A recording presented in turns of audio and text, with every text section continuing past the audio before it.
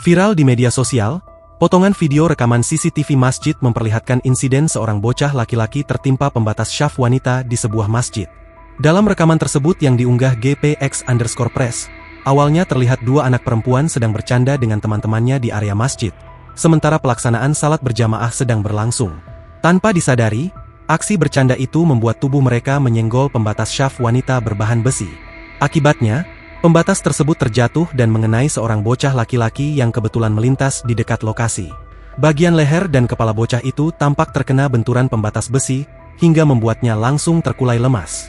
Sejumlah jamaah laki-laki yang baru datang ke masjid untuk mengikuti salat berjamaah segera memberikan pertolongan. Dalam video, terlihat beberapa jamaah menggondong bocah tersebut menjauh dari lokasi kejadian. Sejumlah warganet pun menyoroti kondisi bocah laki-laki tersebut, sekaligus mengingatkan pentingnya pengawasan anak-anak serta keamanan fasilitas di area masjid agar kejadian serupa tidak terulang.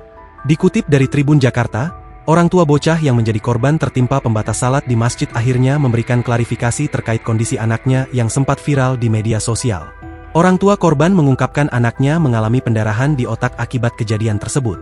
Namun ia menegaskan bahwa anaknya yang berusia 3 tahun 8 bulan itu selamat dan kini sudah bisa kembali beraktivitas meski masih dalam masa pemulihan.